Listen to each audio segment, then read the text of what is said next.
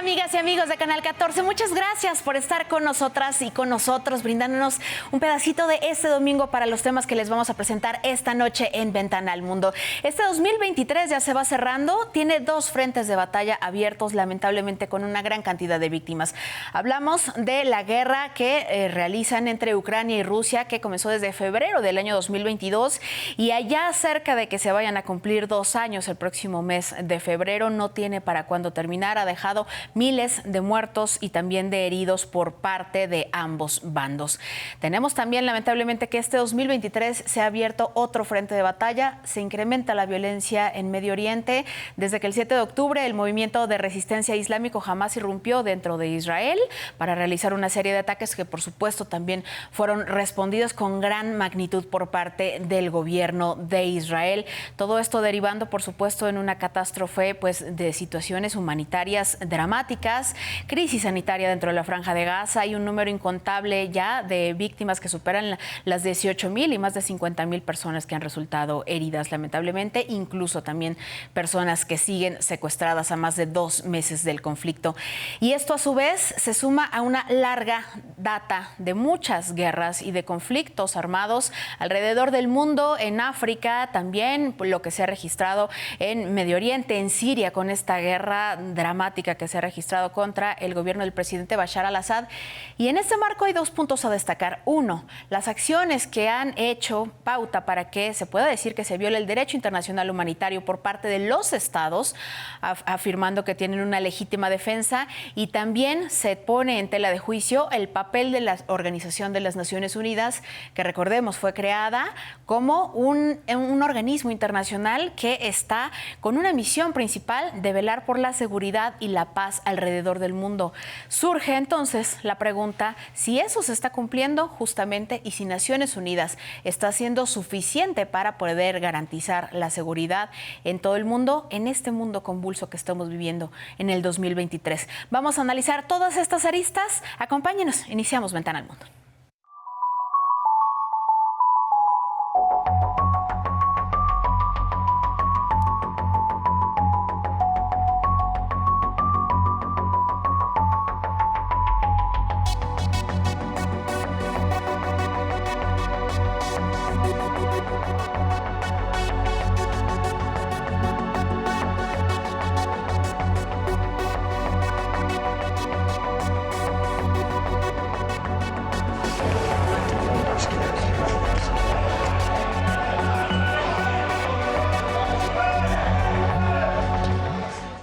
Muchas han sido las denuncias de presuntas violaciones al derecho internacional humanitario por parte de varios estados en los conflictos.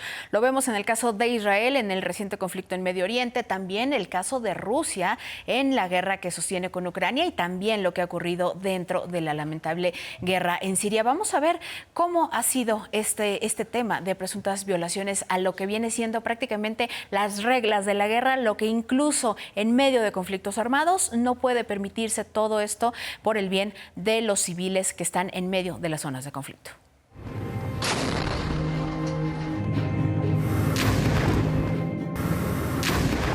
Conflictos armados alrededor del mundo que van más allá de las reglas de la guerra, es decir, de lo que de acuerdo al derecho internacional humanitario no está permitido: bombardear escuelas, campamentos de refugiados, hospitales e instalaciones de organismos internacionales. También está prohibido el uso de cierto armamento y compuestos químicos que dañan de manera irreparable la salud. Sin embargo, muchos estados han llevado a cabo estas acciones ante la mirada de Naciones Unidas. Dentro de la Franja de Gaza, organismos internacionales han condenado violaciones a los derechos humanos y al derecho internacional por la incursión de las tropas israelíes en el enclave palestino. Hablamos de bombardeos a hospitales, escuelas de la Organización de las Naciones Unidas y campamentos de refugiados. También ha causado indignación la detención de hombres que fueron arrodillados en la calle, con vendas en los ojos. La captura la habría realizado el ejército de Israel en el norte de Gaza, bajo el argumento de que buscaba milicianos de Hamás.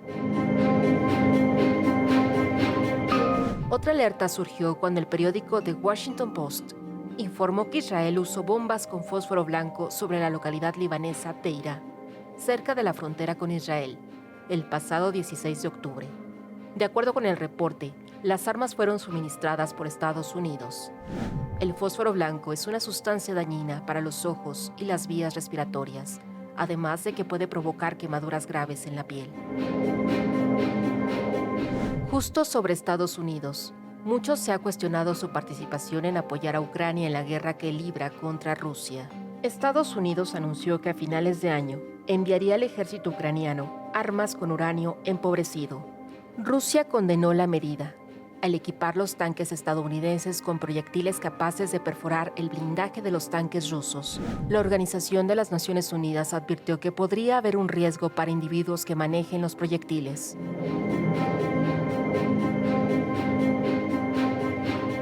En Siria, el uso de armas químicas fueron utilizadas en el conflicto iniciado en 2011, principalmente el gas sarín, clasificado por la organización como arma de destrucción masiva.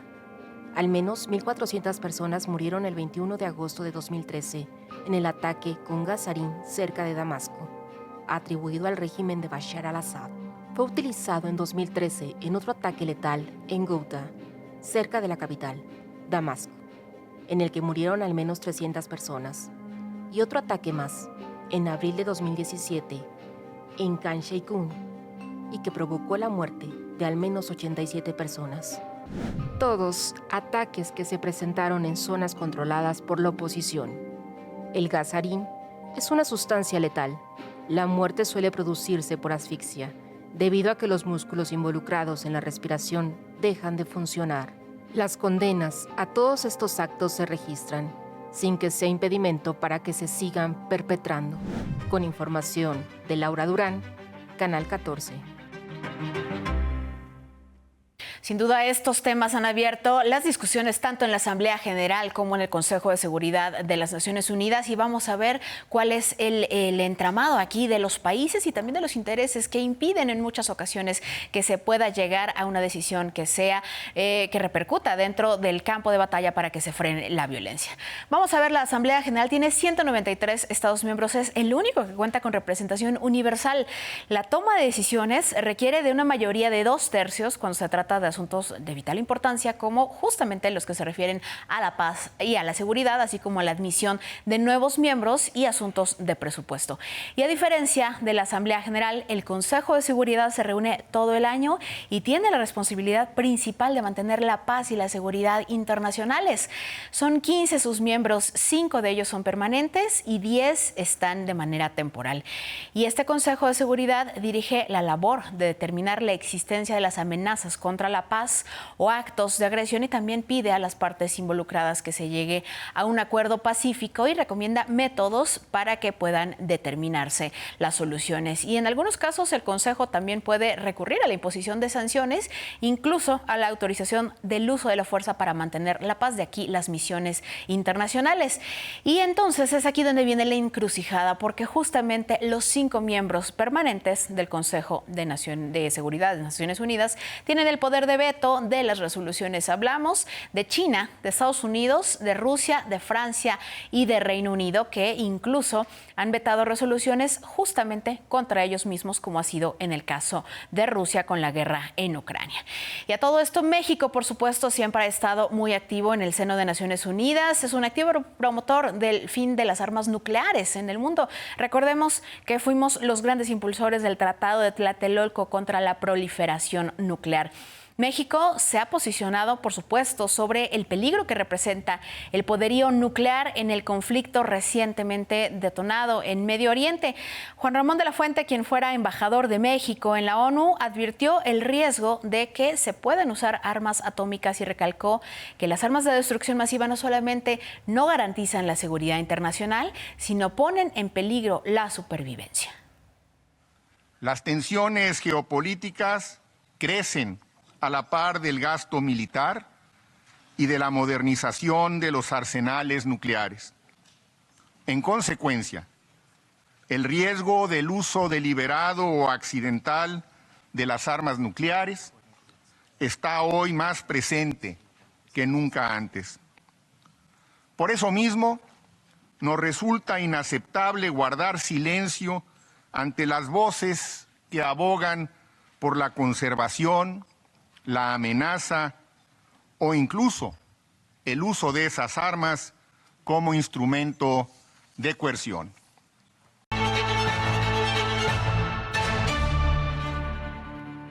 Vamos a analizar todas estas aristas de Naciones Unidas en el siglo XXI y agradecemos muchísimo que esté con nosotros esta noche José Joel Peña Llanes, académico de la Facultad de Ciencias Políticas y Sociales de la Universidad Nacional Autónoma de México. Muchísimas gracias por estar con nosotros acá en Canal 14. Gracias a ti, Clau, un gusto saludarte.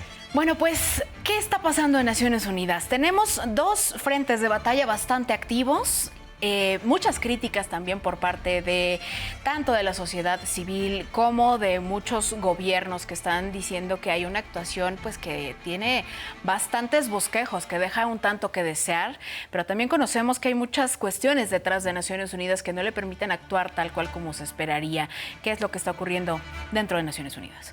Bueno, pues como bien lo mencionas, Clau, hay posturas encontradas sobre el papel que ha tenido la Organización de las Naciones Unidas, no solamente en los conflictos actuales, por ejemplo, la guerra de agresión de Rusia contra Ucrania o el conflicto más reciente entre Israel y el grupo terrorista Hamas y obviamente también Palestina, que son quienes finalmente están sufriendo las consecuencias de este problema, sino desde la creación de la Organización de las Naciones Unidas en 1945. Sobre todo desde 1948, cuando empieza con las misiones de mantenimiento de la paz, es decir, cuando envía a personal que forma parte de Naciones Unidas, pero que es importante aclararlo, proviene de diferentes países miembros, los envía a diferentes territorios en conflicto para garantizar la estabilidad y la solución pacífica de las controversias, que al final de cuentas es la misión esencial de las Naciones Unidas. Desde ese entonces a la fecha ha habido casos de éxito, por ejemplo, en El Salvador, en Guatemala, pero también ha habido casos donde se ha cuestionado el papel de la ONU, por ejemplo, en Somalia, en Ruanda. ¿Por qué? Porque incluso se habla de violaciones de derechos humanos por parte de los propios miembros de las misiones. De los cascos azules. Exactamente, de los cascos azules. Muy críticas. Exacto, y ahora en el caso de Israel y Palestina, pues también se ha cuestionado mucho el papel de la ONU, porque es importante mencionar que es el conflicto más antiguo en el que la ONU ha tenido una presencia desde su creación. Y entonces, ¿qué es lo que está impidiendo que Naciones Unidas actúe? Porque, por ejemplo, recordemos que justamente sale después de la Segunda Guerra Mundial como un garante de paz. Finalmente vemos que este conflicto ya tiene décadas que no se ha podido concretar por diferentes factores. Los acuerdos de Oslo están prácticamente paralizados, por no decir técnicamente muertos hasta el momento. Y lo que se vislumbra es que tal cual la Asamblea de Naciones Unidas no tiene decisiones que son vinculantes, son resoluciones que invitan a la paz. Y por otra parte, el Consejo de Naciones Unidas sí tiene decisiones vinculantes, pero tiene ahí a 5 miembros que tienen una cuestión de que mueven los hilos para frenar incluso las resoluciones contra sus propios países, como ha hecho Rusia en muchísimas ocasiones, que ha frenado resoluciones vinculantes sobre el papel que está jugando precisamente Rusia en el terreno de Ucrania. Así es, esto se debe básicamente a que se trata de una organización internacional, es importante decirlo, la única de vocación universal, pero que se creó después de la Segunda Guerra Mundial y por lo tanto se llega a hablar de que ya es una organización obsoleta. Y en el caso de los 5 miembros permanentes del Consejo de Seguridad, que son los que tienen el derecho a veto y por lo tanto pueden frenar las resoluciones vinculantes de este Consejo de Seguridad, pues se debe a que fueron los vencedores de la Segunda Guerra Mundial. Y si a eso sumamos que, por ejemplo, Estados Unidos aporta más del 20% del presupuesto de toda la Organización de las Naciones Unidas, pues adquiere aún más relevancia. Y por eso es que incluso México ha hecho ya diferentes, pronunciamientos sobre la necesidad de mejorar la actuación de las Naciones Unidas a través de una modificación de la Carta de San Francisco y de reformar la organización a efecto de que, por ejemplo, pueda haber más miembros permanentes o incluso que se elimine el derecho a veto. Pero para que esto suceda necesita tener la aprobación de estos 5 miembros permanentes y obviamente no van a ceder terreno. ¿Por qué? Porque los conflictos internacionales donde hay este conflicto interno, el caso de la agresión de Rusia contra Ucrania o el caso del conflicto Israel-Palestina, pues hay muchos intereses geopolíticos y geoestratégicos de los Estados miembros que obviamente les llevan a votar a favor o en contra y obviamente evitando que estas resoluciones lleguen a buen puerto, a diferencia de las resoluciones de la Asamblea General, que como bien se han señalado, no son vinculantes, pero sí tienen un poder político y moral muy importante y en ciertos casos ha logrado, han tenido casos de éxito precisamente por esa fuerza que tienen. Importantísimo esto que nos comentas, José Joel, porque finalmente México, que ha votado por la resolución, recordando también que incluso el presidente Andrés Manuel López Obrador ha dicho que justamente también se necesita renovar y que necesita fortalecerse el papel que está jugando Naciones Unidas en el concierto mundial. ¿Qué es lo que va a pasar con este organismo que se podría mirar finalmente que ya pues está como anticuado a los tiempos que se requieren con una actuación finalmente para evitar que haya 16,000 muertos en la Franja de Gaza, por ejemplo, y por supuesto también 1,500 del lado de Israel, que ninguno de los dos son menos importantes cuando se habla de vidas humanas, y muchísimos otros conflictos. Tanzania, República Democrática del Congo, todo lo que ha ocurrido en muchísimos frentes armados en Asia, en África, por decirlo menos. ¿Qué es lo que se avecina si tenemos una estructura de Naciones Unidas que justamente no permita que pueda reformarse, porque los mismos miembros que están impidiendo que tenga un papel más activo son los que impedirían que pudiera renovarse en el futuro? Pues en realidad, y no es privativo de la ONU, Clau, sí, sino que el tema es que todo organismo internacional, al final de cuentas, está creado por estados, claro, quienes de manera voluntaria deciden crearlos y en cierto momento aceptar que las resoluciones que puedan emitir sean vinculantes. Eso pasa con la Corte Penal Internacional, con la Corte Internacional de Justicia o con organismos de derechos humanos regionales como la Corte Interamericana de Derechos Humanos. Si un Estado no acepta la competencia contenciosa de esos tribunales, por mencionar tan solo algunos ejemplos, pues las resoluciones que puedan emitir no tienen obligatoriedad dentro del Estado y al final de cuentas dependen de la voluntad política del propio Estado. Pero aun cuando existan resoluciones vinculantes, de todos modos sigue dependiendo del propio Estado el decidir, el cumplirlas o no. Y es por eso que incluso el Consejo de Seguridad puede, como ya se ha señalado, imponer sanciones económicas o incluso intervenciones militares de manera colectiva, siempre y cuando haya un consenso de los 5 estados permanentes, además de un número importante de los 10 estados que no son permanentes. Y, por ejemplo, ¿qué es lo que se podría hacer en este entramado también diplomático, político, militar y de resoluciones también del derecho internacional humanitario cuando efectivamente los organismos internacionales lo dicen? Estados Unidos, que ha sido gran aliado histórico de Israel, ya también en la visita que hizo hace unas cuantas semanas, Antony Blinken también lo mencionó, que dice Israel tiene que sujetarse al derecho internacional humanitario, tiene uno de los ejércitos más fuertes y capaces del mundo, que tienen la capacidad de distinguir entre población civil y población a la que tendría que ser blanco de batalla, por así decirlo, ¿no? Militantes, milicianos. Y no vemos en el terreno activo que haya esta parte del reconocimiento, que se tenga que hacer esta distinción precisamente para evitar las víctimas de las bajas de los civiles inocentes de cualquier bando, ¿no? ¿Qué es lo que se puede hacer ante esta disyuntiva cuando ya finalmente todos los escenarios están marcando que efectivamente tienen que pararse y sujetarse a las reglas del derecho internacional humanitario? Creo que lo más importante sería la presión política de las potencias.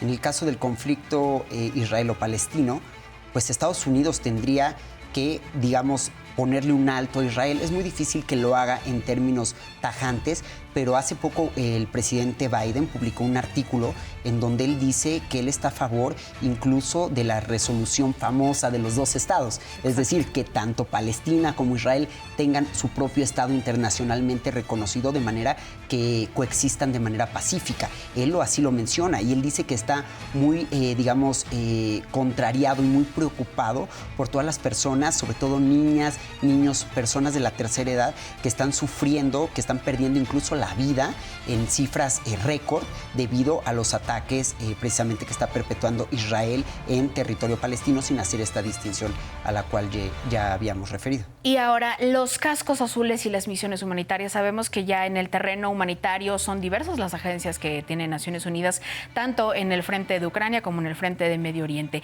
¿Y los cascos azules, cuál es la actividad que tienen o no tienen en esta cuestión en Medio Oriente? Pues los cascos azules de las famosas misiones para el mantenimiento de la paz, digamos que son personas que provienen de diferentes países miembros, ¿no? Que digamos que se enlistan en esta especie de equipo militar, porque tienen conocimientos militares, exactamente, militar neutral, y que tienen muchas funciones en el terreno. Por ejemplo, proteger las fronteras, ¿sí? Evitar que se violen acuerdos que de alguna forma transgredan las fronteras entre dos estados que pueden estar en conflicto, pero también brindar capacidad militar a los ejércitos, no con armas ni luchando de manera activa, sino con, adiestramiento técnico, por ejemplo, ¿no? Actualmente hay 12 misiones en curso, sobre todo en África, en Medio Oriente, y una que también ya lleva mucho tiempo, que es la que está encargada de vigilar el conflicto entre India y Pakistán.